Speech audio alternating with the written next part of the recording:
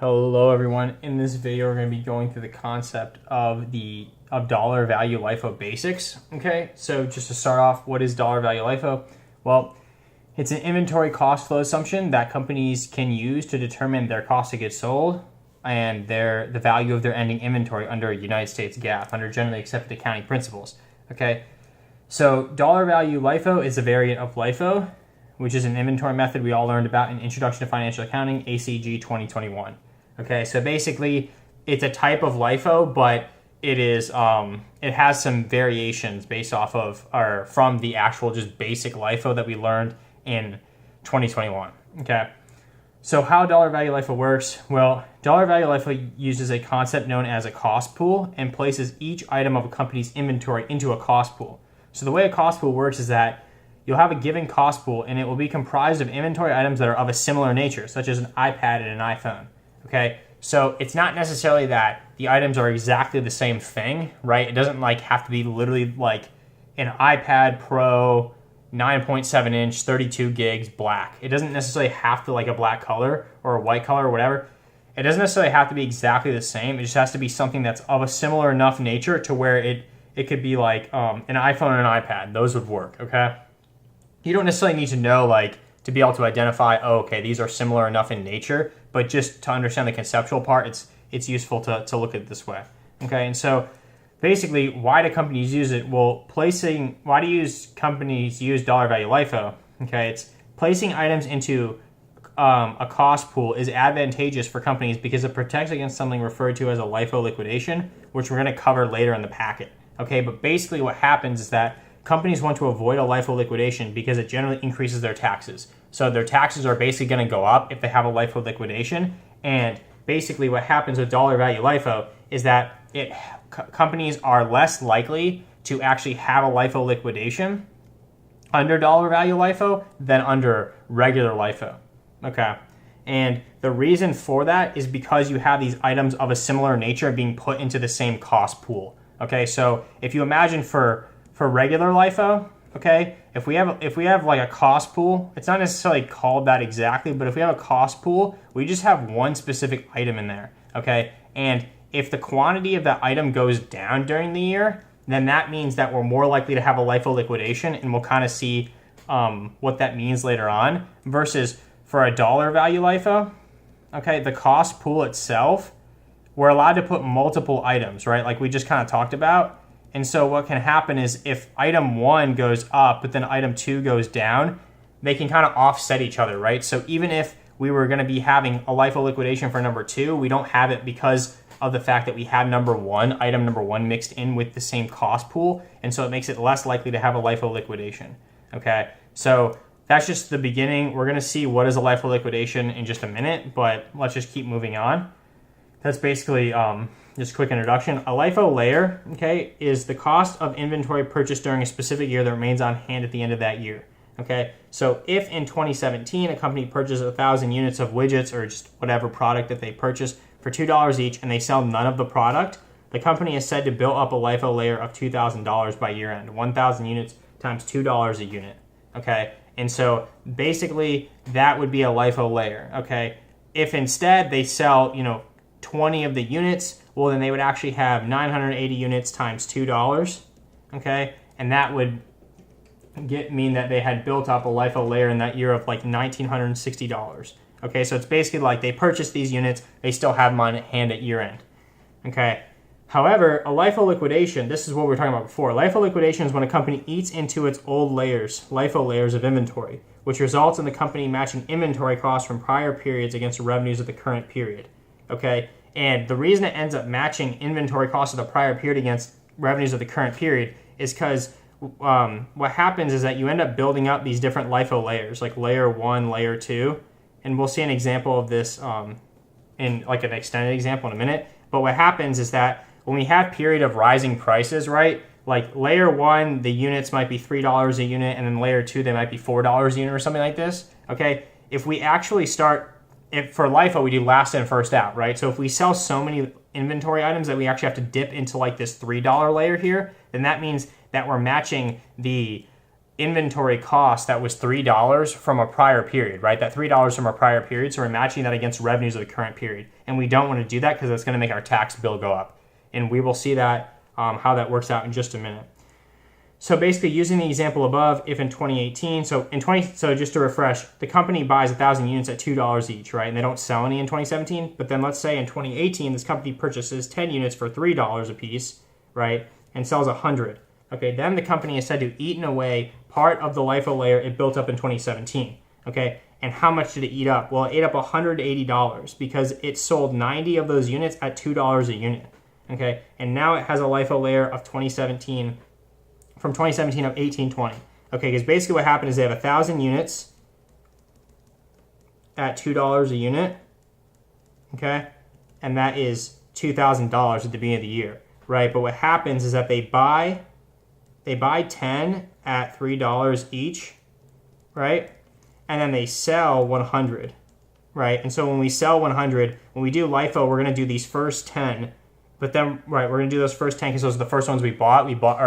Those are the most recent ones that we've bought, right? That's how we do LIFO, last in, first out.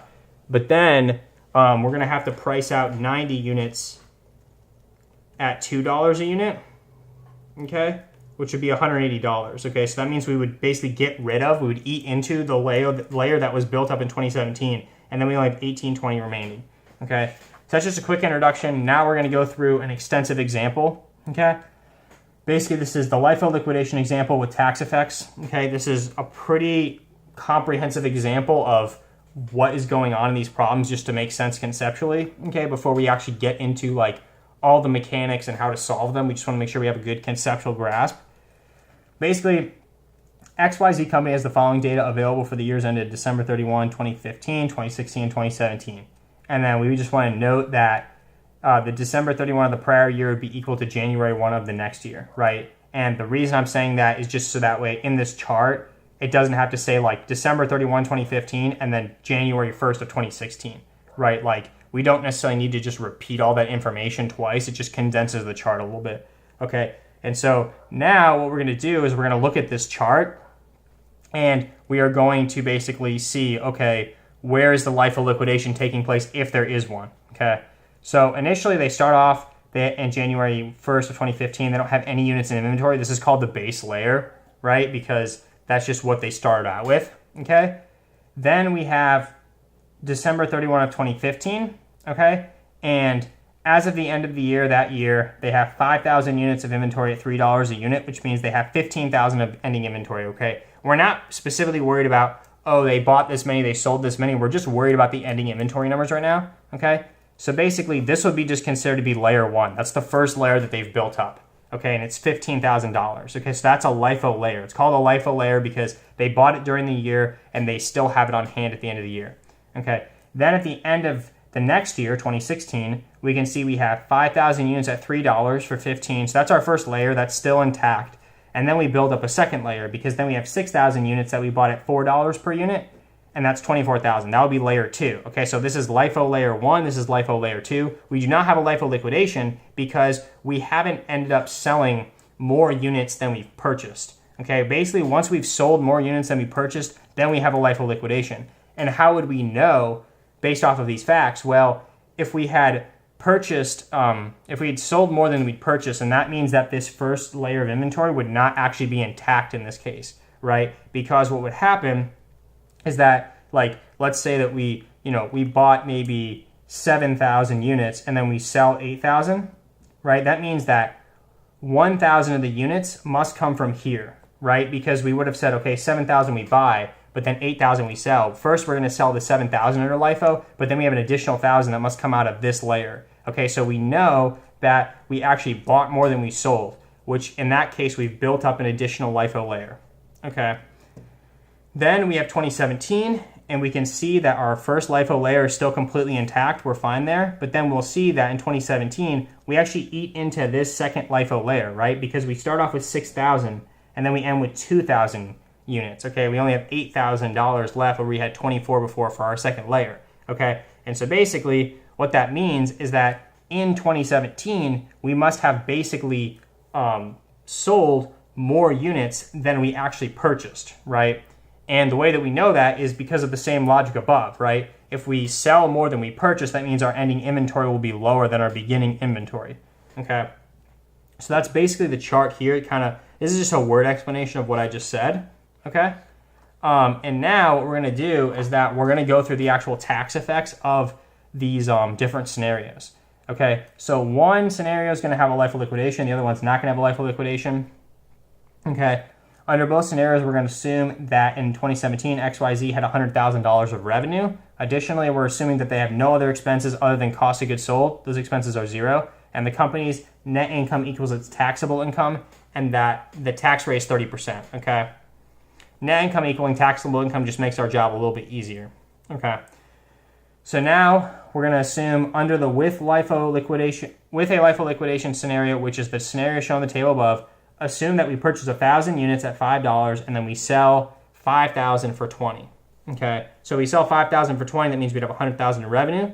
Now we have to calculate our cost of goods sold here. Okay, so this is actually the with LIFO liquidation scenario, the first one, and the second one's without. Okay, so if we were to look at our chart, it's telling us here that we purchase 1,000, we sell 1,000. Well, does that make sense? Well, just in terms of units, we start off with 6,000.